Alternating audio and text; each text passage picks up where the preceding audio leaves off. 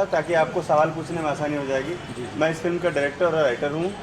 मेरे गुरुजी की प्रेरणा से डॉक्टर रामेंद्र चक्रवर्ती जी हैं। इन्होंने इस फिल्म में बहुत अहम किरदार निभाया भी है, कास्टिंग डायरेक्टर भी हैं, क्रिएटिव डायरेक्टर भी हैं, ऑल इन वन है।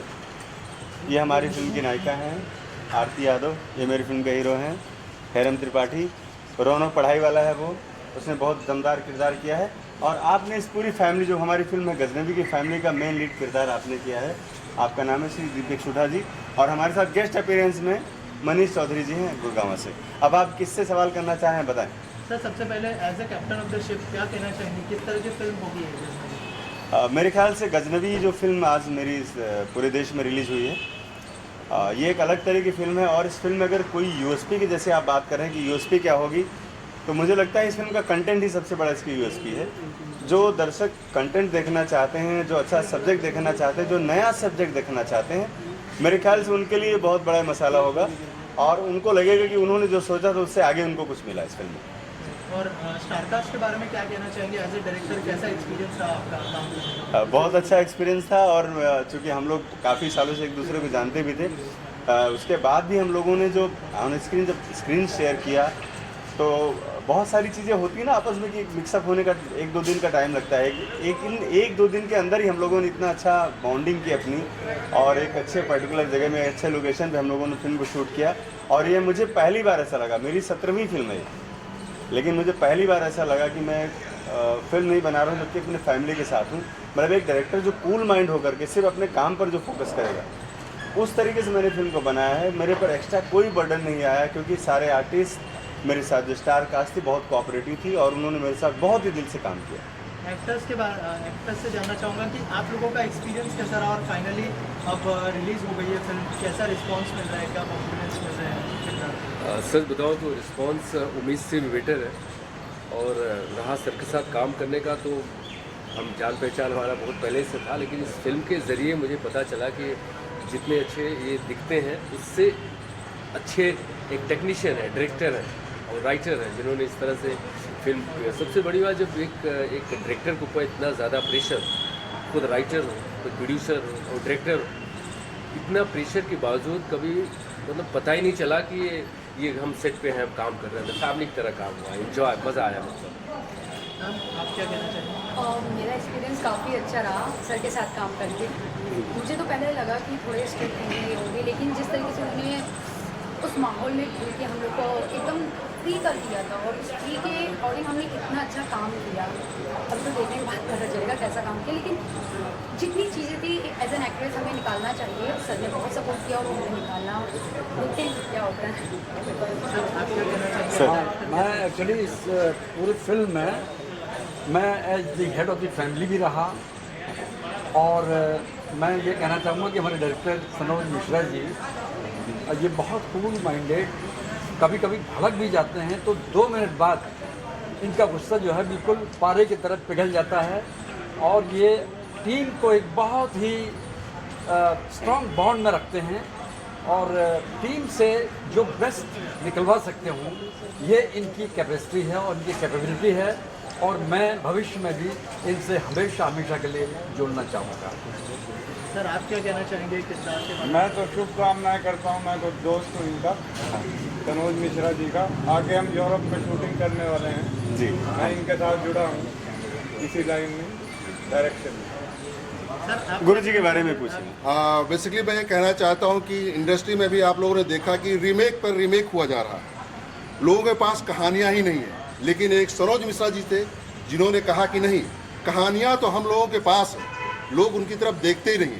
हर इंसान में एक कहानी है, अगर उसको पर्दे पर लाया जाए तो लोगों को पता चलेगा कि जो भारत देश है, ये इसके अंदर इसका इतिहास ही कहानियों से बना हुआ है। जैसे कि हमारे देश में क्या नहीं, अभी एक पठान आई थी, बस वो चली। बाकी अभी आप लोगों ने देखा कि सेल्फी, वो भी रीमेक, उससे पहले आपने देखा फिर रीमेक पर रीमेक। लेकिन एक सनोज मिश्रा जी हैं जो ओरिजिनल कंटेंट पर काम करते हैं, वो उन विषयों को चुनते हैं जिनको समाज ने दरकिनार कर दिया, या इतिहास के पन्नों पर वो कहीं न कहीं गुम हो गए हैं। वो त्रासदियों को बाहर निकालने की कोशिश कर रहे हैं, जिससे कि आम जनता को पता चले कि हमारे देश के इतिहास के पन्नों पर क्या क्या हुआ है और किस प्रकार से हमारे देश के उन नायकों को रक्त रंजित कर दिया गया है और फिर वो इतिहास के पन्नों पर खो गए। खास करके इस फिल्म में काम करने के दौरान ये पता चला कि सिनेमा क्या होता है। एक प्रकार से मैं कह सकता हूँ कि सनोज मिश्रा अपने आप में खुद एक सिनेमा है, क्योंकि जिस प्रकार से इन्होंने सिनेमा की शुरुआत की, जहाँ से चल करके आए। एक आदमी है जो रायबरेली से चलता है, सोचता है कि मैं भी अमिताभ बच्चन हूँ, तो इन्होंने अपने आप को प्रूव किया, ना कि किसी के बदौलत, ना कि किसी के कंधों पर, ना कि किसी का सहारा लिया, बल्कि अपने दम पर, अपनी सोच से उन्होंने एक नए सिनेमा की परिभाषा गढ़ी है। इनकी सिनेमा का सबसे खास बात यह है कि उसका जो शिल्प है वो बहुत ही मज़ेदार है। आप जब सिनेमा को देखेंगे तो एहसास करेंगे कि आप खुद पर्दे पर, वो आपका एक जुड़ाव महसूस होगा। आपको लगेगा यार ये हमारे बीच का ही तो किरदार है, कहीं मैं तो ही नहीं हूँ। तो आज की तारीख में जब आप देखते हैं कि बॉलीवुड का जो सिनेमा आप देख रहे हैं, उसके किरदार कहीं ना कहीं इस समाज से मिस हो चुके हैं, वो कहीं से उठा कर ले आ रहे हैं।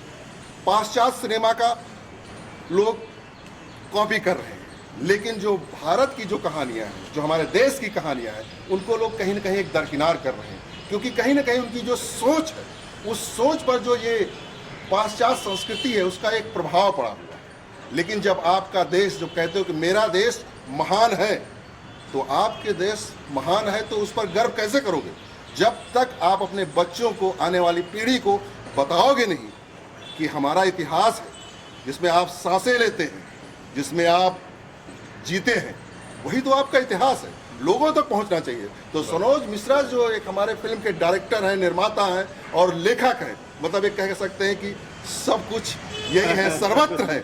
हम सब उस नाव पर बैठे हुए हैं जिसकी कमान सनोज मिश्रा के हाथों में। Thank you so much, thank you so much, Sanoj thank ji, you. किस तरह का रिस्पांस मिल रहा है? फिल्म रिलीज हो गई है। मुझे अभी तक, जहाँ तक जो पहला शो चला है वहाँ से अभी इंटरवल के बाद मुझे बहुत सारे फ़ोन आए।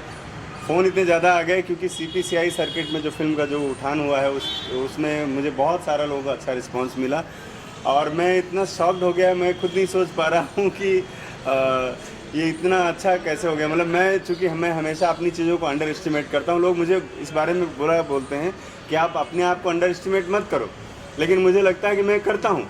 और मुझे लगा कि मेरी फिल्म शायद पता नहीं क्या हो क्या ना हो, बहुत सारी चीज़ें 4-5 दिन से दिमाग में चल रही थी। लेकिन दोपहर में जिस तरह से रिस्पांस आना शुरू हुआ है, जिस तरह से लोगों के 12 बजे के शो के बाद जो मुझे लोगों के कॉल्स आए और जो पब्लिक जिस तरह से लोग जा रही है एक दूसरे से, जो पब्लिक माउथ पब्लिसिटी हो रही है, तो मुझे लग रहा है कि मैंने जो सोचा था शायद मैं उससे कहीं आगे हूँ। और सब मीडिया भाइयों का, मेरे कलाकारों का, मेरे गुरुजी का, मेरे बड़े भाई का, मेरे बड़े भैया चौधरी जी का, सबका बहुत बहुत आशीर्वाद है मेरे ऊपर। और आज मैं एक पहले एग्ज़ाम जो मैंने दिया है, फर्स्ट एग्ज़ाम बतौर एज ए प्रोड्यूसर, तो मुझे लग रहा है कि मैं विन करने जा रहा हूँ, मैं लीड करने जा रहा हूँ, क्योंकि हमारी फिल्म बहुत अच्छा परफॉर्म कर रही है और थिएटर में इसकी बहुत ज़्यादा डिमांड है। हर सिनेमा मालिक इस फिल्म को लगाना चाह रहा है, यही मेरी जीत है। Thank you. Yes yes thank you so much.